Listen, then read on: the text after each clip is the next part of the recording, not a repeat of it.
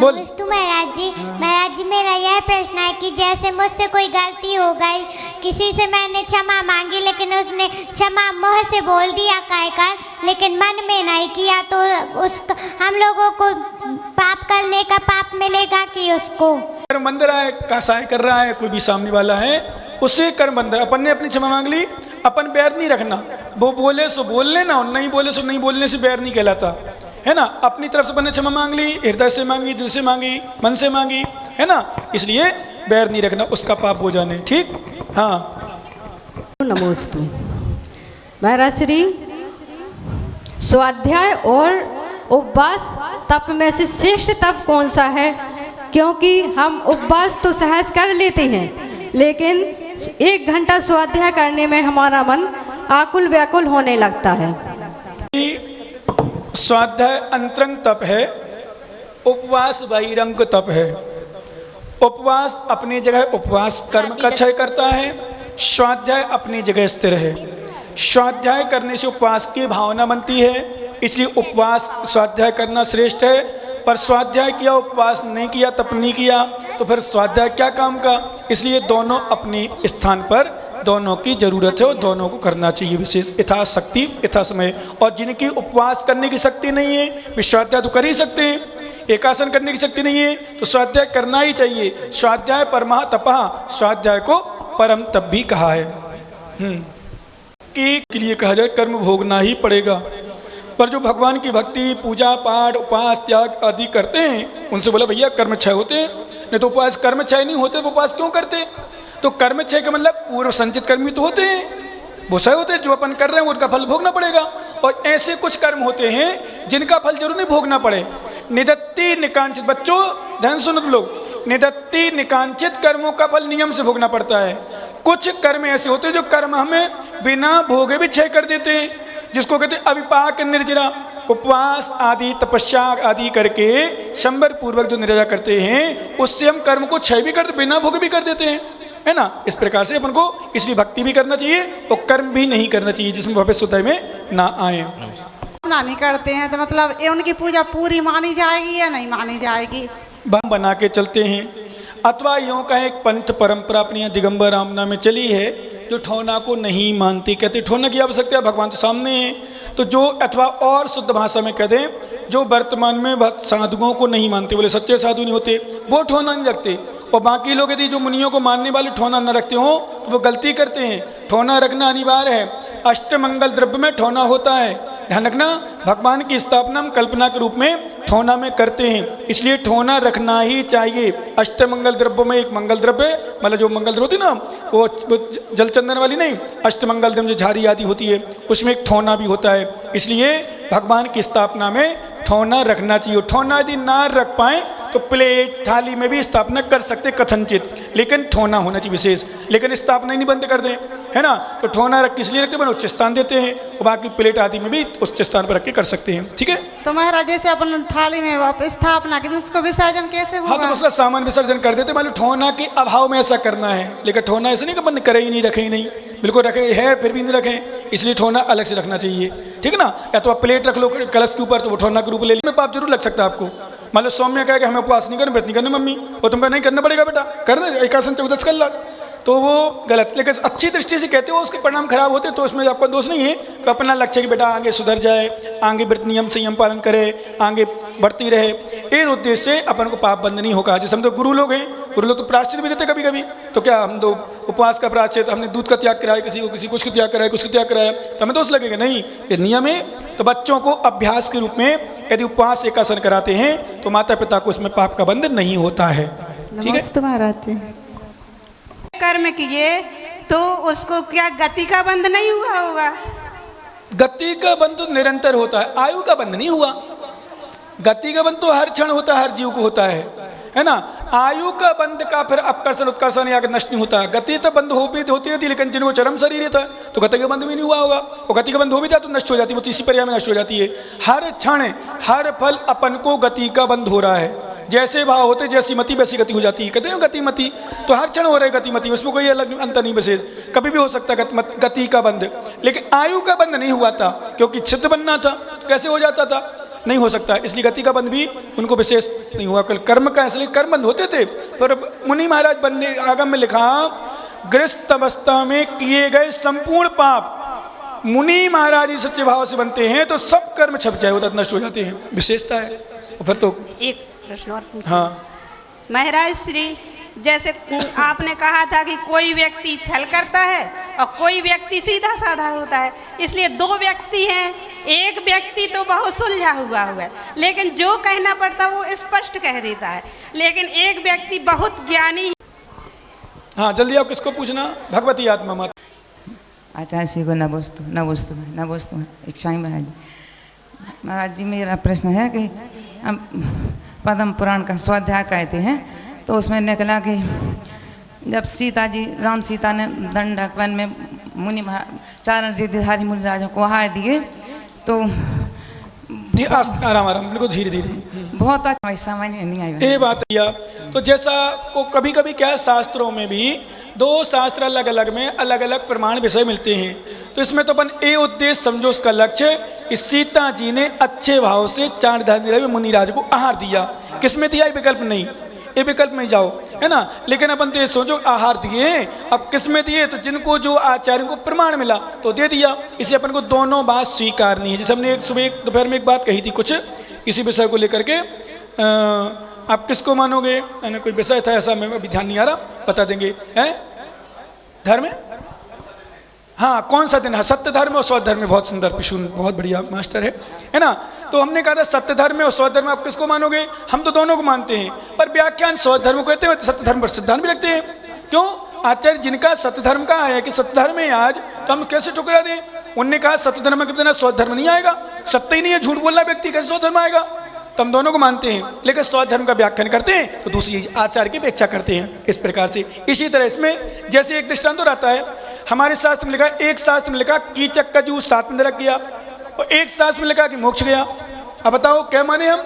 एक बार मैंने पंडित साहब, रोज मैं देखता हूँ मेरे परिणाम कभी कभी ऐसी स्थिति बन जाती है, शांति धारा का तो मेरे मतलब इससे व्यवस्था है ही नहीं है, मान के चलो। एक झाड़ी अलग, लोटा अलग, पर बे पकड़े, बे खींच रहे।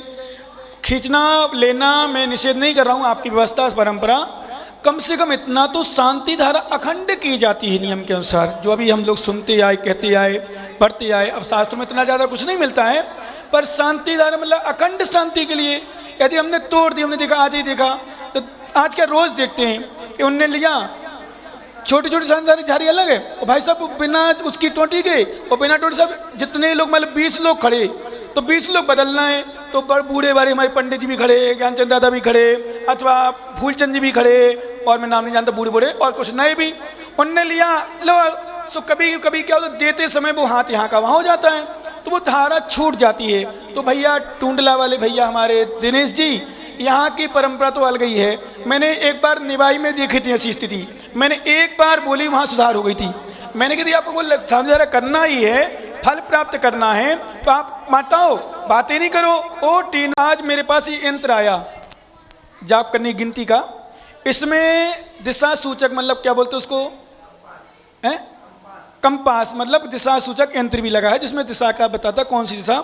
मैंने जैसे ही ऐसा रखा तो यहाँ नॉर्थ ऐसा बता रहा, तिरछा, ईस्ट ऐसा, वेस्ट ऐसा और साउथ ऐसा, है ना। तो इसका मतलब है पूरा घुवारा तिरछा बसा है। पंडित साहब मतलब मजाक वाली बात नहीं, तिरछा बसा। और जो गांव, जो देश, जो शहर, जो भी तिरछे बसे हो दिशा से, नियम से वो तिरछे चलेंगे। आप मकान को ले लो, वास्तु नहीं, मजाक, उसको मजाक नहीं समझना, उसको जैसे अपनी यहीं ले लो, बेदी का ले लो। भाई साहब मैं गारंटी दे रहा हूँ, यहाँ की समाज की स्थिति कब तक नहीं सुधरेगी जब तक कि बेदियाँ बाहर निकल के नहीं आएंगी। पूछ लेना किसी भी सागर से, शुदा सागर से, विराग सागर, विशुद्ध सागर से, प्रमाण सागर, जो भी सागर से पूछना हो, यहाँ के मंदिर की जो बेदियाँ हैं पंडित साहब, अब भले मैं सुधार के तो नहीं कहूँगा क्योंकि ये बनी है, पुरानी प्राचीन है, तो नहीं कहेंगे, लेकिन स्थिति ऐसी है, इसलिए क्षेत्र का प्रभाव तो पड़ता है। अब ऐसी स्थिति पहले से तो वो तो रहेगी, कुछ भी कर लो आप, तो तिरछा जब गांव बचा है तो रहेंगी स्थिति। इसी तरह बेदियां, 5 बेदियां, एक भी बेदियां सही नहीं है। जैसे यहाँ शांतिधारा खंड खंड होती है तो लाइट भी खंड खंड होती बीच बीच में, तो प्रमाण भी है, और बाकी सब समाज खंड खंड जो है सो है ही, ठीक है ना। चलिए हाँ बाबा जी, उत्तर पुराण में, उत्तर पुराण। हाँ तो दोनों का वैसे मैंने अभी कही जी, जनक जी को, जनक नहीं, हाँ जनक जी को एक खेत में मंजूषक मिली है, उनके यहाँ भी ऐसा आता है, यही है ना, ऐसे ही लिखा उत्तर पुराण में। हाँ तो सुनो तो पहली बात, यही स्थिति, दोनों स्थिति यही है। तो हमारे आचार्य किसी ने कहा कि जनक की पुत्री है, जनक की पत्नी से उत्पन्न हुई, पर दूसरा दृष्टांत जो आया वो जो हिंदू दर्शन में भी यही बताते हैं कि सीता जी जनक को एक मंजूषा में मिली है खेत पर, जो अपने यहाँ उत्तर पुराण में है, और दूसरा पुराण पद्म पुराण, उसमें दिया कि रावण किसकी पुत्री है, रावण की। तो रावण ने क्या हुआ था, जब पुत्री हुई थी तो निमित्त ज्ञानों ने बताया था, ज्योतिषियों ने, ए पुत्री तुम्हारा वध का कारण होगी। क्या बताया था, ए पुत्री आपके वध का कारण होगी। तो रावण तो वैसे अहंकारी था ही, कषाय भी था, और फिर सोचा इसके वध क्यों, लेकिन बच्ची थी, लड़की थी, तो इतना ज्ञान भी था, इसको कैसे मारूं। तो उन्होंने फिर क्या किया, उसको मंजूषा में रखा और रख करके नदी में प्रवाह कर दिया था। और नदी में प्रवाह करते करते वहां पहुंचा, कहाँ पहुंची, जहां जनक जी थे। कहाँ की है, अयोध्या में, अयोध्या की नहीं है, अयोध्या तो राम है, क्या नहीं हो गया, मिथिलापुरी, मिथिलापुरी, हाँ मिथिलापुरी में। तो गोवा में तो बच्ची मुझकी है, हाँ पुत्रियाँ हैं। तो वहाँ किसी क्या बोला, हम सुन नहीं पाए, आप लोग सब हंस गए। अच्छा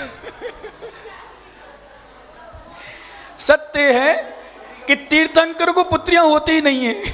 क्या, तीर्थंकरों को पुत्रियां होती नहीं है, वो तो हुंडाओ सपनी काल के प्रभाव आदिनाथ को हो गई। हो सकती है किसी और को हुंडाओ सपनी काल के प्रभाव से, पर हुई नहीं, किसी को नियम है कि आदिनाथ को ही थी, पुत्र थे, ठीक है ना। और बाकी इसकी ब्राह्मी सुंदरी का विशेष चर्चा करेंगे अपन लास्ट दिन, 2 घंटा प्रवचन होता है भाई साहब, जरूर सुनना, सुनोगे ना, सुन लेना, हम पे कृपा करना। नमस्ते। मतलब नारकियों को शरीर कुरूप मिलता, हुंडक शरीर मिलता, और आपने कहा था कि पूर्व के पुण्य के उदय से मनुष्यों को सुंदर शरीर किसी किसी को मिल जाता है। तो पूर्व के उदय से सुंदर शरीर मिल जाता तो वो तो ठीक है, पर वर्तमान में वो सुंदर शरीर पाकर जो अहंकार करते या अपने से कम सुंदर वालों को नीचा दिखाने का प्रयास करते, तो उनको किस कर्म का बंध होता है? उनका तो पुण्य से अपन अहंकार करें, उसका फिर दुरुपयोग कर रहा है वो व्यक्ति, इसलिए वो करने हमने क्यों बताते हैं, अभी घुआरा वालों का उस पुण्य के उदय का पता नहीं है। महाराज मिले पुण्य से, चतुर्मास मिला पुण्य से, और उसका उपयोग न कर पाए तो भविष्य में इसका भोगना पड़ेगा। आज तो जो दूसरा जो व्यक्ति है सही सुंदर नहीं है, उससे भी बदसूरत होगा, नरक मिलेगा, हुंडा सड़ी, हुंडा का संसार मिलेगा उसको। इसलिए अपन को विकल्प नहीं करना, और अपने शरीर को देखकर विकल्प नहीं करना, और दूसरा कोई विकल्प करे तो उसको तो कर्म बंद हो रहा है। वो बेचारा ऐसा अपने पुण्य का दुरुपयोग कर रहा। जैसे एक बात हम दृष्टांत बोलते हैं कि पैसा मिला पुण्य से और तम्बाकू गुटखा में थूक दिया, तो उसने अपने पैसे को थूक में गुटका है, कहाँ निकाला है, थूक में। बबलू भैया, ऐसे से पागल पुरुष से मूर्ख पुरुष 50-50, 100 रुपया गुटखा खा जाता भाई साहब। भारत जी, हाँ जी महाराज जी, महाराज श्री मेरा दूसरा, सुनो, पैसा मिला पुण्य से और थूक में उतार रहा। बताओ धिक्कार, वही 100 रुपया। सुन ले रविकांत मुमुक्षु, तेरी शंका है, तू शंका कर दे। एक गुटकों को तू थूक रहा है, विश्वास करना यही रुपयों को इकट्ठा कर करके यदि जिन प्रतिमा को विराजमान कर दिया जाए तो कितना पुण्य नष्ट होगा। लेकिन क्या करें, अभी एक मेरे पास, लेकिन सभी मसाले जैसे इलायची, सौंफ या लौंग या फिर ये गरम मसाला वगैरह, इनकी भी 3 दिन सबकी पिसा हुआ चीज पिस गया थी, इलायची पिस गई तो 3 दिन की मर्यादा रहेगी, और नहीं पिसी तो जो मर्यादा चल रही, सामान चल रही है, पिसी मर्यादा मसाला की भी सबकी हट है ना। चलिए बस निकल लो। देखो एक बात फिर मैं आप लोगों से कहूं, आज हमें पता नहीं चल रहा समय कीमत। दिनेश भैया बहुत अच्छा किया, आपने विचार किया, और सही बताऊं आपका पुण्य था कि मैं मना नहीं कर पाया, क्योंकि मैं आपको जानता था अच्छी तरह से, अच्छा जुड़ा है, भावना अच्छी है। मैंने लगभग बहुत से लोगों ने मना कर दिया, भाई साहब आओ तो ठीक, नहीं आओ तो अच्छी बात है। मतलब ऐसी बातें तो देखो डायरेक्ट मना भी नहीं कर सकते, क्योंकि थोड़ा सा व्यवस्था को लेकर के ऐसा मन में आया था। मैंने टाउन में घुआरा में बहुत लोग हैं, कर लेंगे अपन।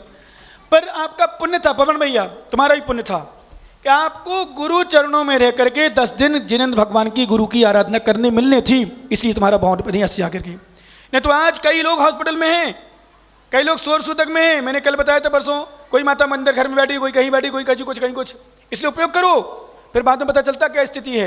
इसलिए जितने लोग सुन रहे, देखो एक बात और, माता जो प्रश्न करती हैं, शंकाएं करती हैं, धर्मात्मा लोग हैं बेबी, उनसे भी कहना मेरा, दूसरों को ना देखें। हम दूसरों पर प्रश्न करते, दूसरा हम तो अपने आप को समझाते हैं। हमने बताया ना, हमने जिस प्रश्न अभी बताया तो बताए, मैंने अच्छे के लिए इससे बोला, अच्छा के लिए पूछा और उसको बुरा लगा, तो मैं क्या सोचता हूं भाई क्या करूं, अपन अच्छा सोचो। लेकिन जब